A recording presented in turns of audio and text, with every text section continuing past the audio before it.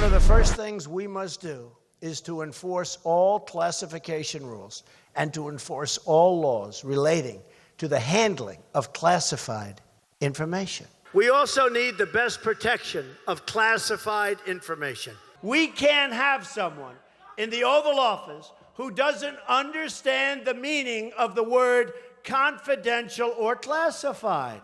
I'm going to enforce all laws concerning the protection of classified information.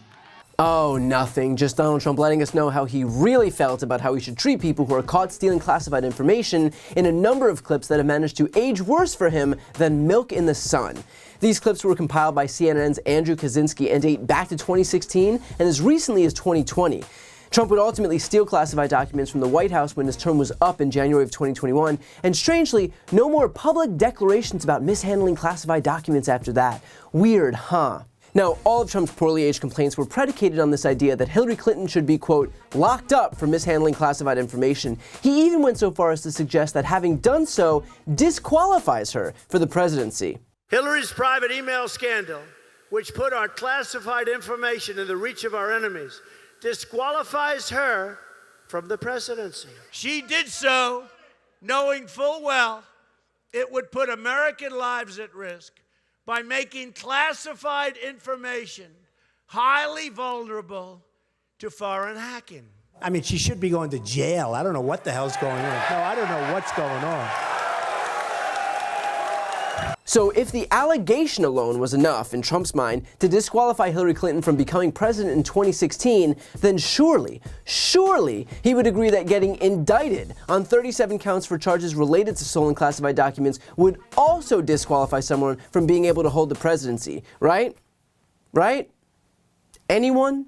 Trump even says that Hillary Clinton should have gone to jail amid those mere allegations that she mishandled classified documents, which I could only assume means that he is eager to get to that arraignment on Tuesday and plead guilty and beg the judge to throw him in jail, given how strong his feelings are for holding those who mishandle classified documents accountable. Honestly, I'm surprised he hasn't just slept at the steps of the courthouse, what with him being a man of such steadfast principles.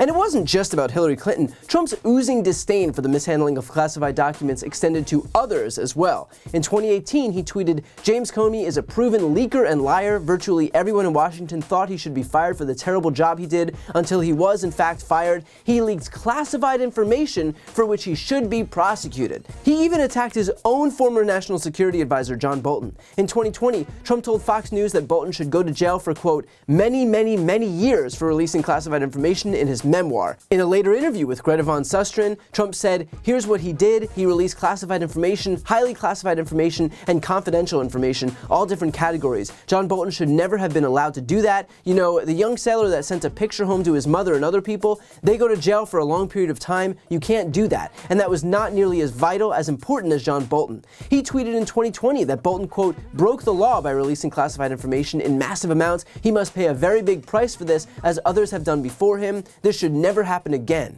And he told Brian Kilmeade that Bolton, quote, should go to jail. In other words, this wasn't a one-off. It was a central theme of both his campaign and his presidency, an issue that he was even willing to go to the wall for against his own former administration officials. All of which is to say, if there is anyone who understands the gravity of this crime, clearly it's Donald J. Trump. In fact, Trump was apparently so committed to the bit about classified documents that in 2018, he signed a national security bill that upgraded the seriousness of mishandling classified material from a misdemeanor to a felony. The legislation extended Section 702 of the FISA Amendments Act, part of which included a change to 18 U.S. Code Section 1924, increasing the penalty for unauthorized removal and retention of classified documents or material from 1 to 5 years. In other words, Trump literally signed the law for which he is now being charged. If you were looking for poetic justice, you just got it. Now, of course, Trump's theatrics aside, the reality is that he never cared about the mishandling of classified documents. That was just a convenient issue to latch onto in order to attack Hillary Clinton. The guy doesn't care about the sanctity of any laws. He was just indicted by the feds on 37 charges and indicted by the Manhattan DA's office on 34 charges. You would be hard-pressed to find someone who cares less about the law. All he cares about is self-preservation and the consolidation of power for himself. And because he knew that that was Hillary Clinton's vulnerability, he harped on that issue issue on a relentless basis. Again, not because he cares about it, but because he was looking to help himself. The unfortunate part for Trump, though, is that because he is incapable of not committing any and every crime, now he's on record condemning the exact same thing that he would ultimately be charged with himself. The truth is that if he really cared about protecting classified documents, if any Republicans cared about protecting classified documents, they wouldn't sit idly by, or worse, actually defend Donald Trump, when this is what Trump did with his own stolen classified documents.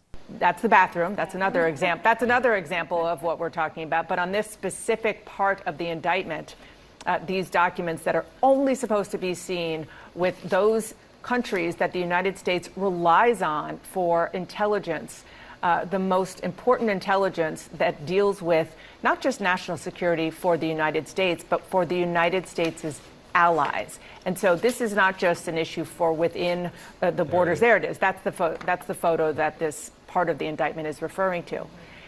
So it's not just the intelligence and national security of the United States. You have allies around the world. I mean, I'm sorry, but give me a break if you're expecting us to believe that the guy who stored hundreds of classified documents in his shower actually gave a shit about protecting secret information. But of course, at the end of the day, it really doesn't matter how Trump brands himself or what lies he tells in public. What matters are the facts surrounding this case, and they're clear. Trump stole classified documents from the White House. He was given ample opportunity to return them. The National Archives issued requests. He ignored them. Law enforcement issued a subpoena. He defied it. He had his lawyer issue a letter attesting, falsely, that all of the documents had been returned when they hadn't. Law enforcement went to a federal magistrate for a search warrant, which the judge agreed and found grounds to issue. The FBI executed that search warrant and found precisely the documents that Trump pretended not to have. This isn't just a matter of Trump mishandling classified documents. He unlawfully retained them for over a year. He bragged to unauthorized patrons at his golf resort about them. He shared secrets while explaining that he was sharing secrets that he didn't have the right to share. It's not only that he broke the law, it's that he knew it and he made it clear and he was proud of it. So if you're wondering why Trump is facing the charges that he's facing right now, charges that neither Biden nor Pence nor any other official who momentarily also had mishandled classified documents are facing, now you know. The fact is that Trump thought he could act with impunity because he always thinks he can act with impunity. At his core, he is a criminal. He views himself as being above the same law that he so vocally demands everyone else abide by. But what he's finally learning, much to his dismay, is that there is one standard of justice in this country, and it happens to apply to him as well.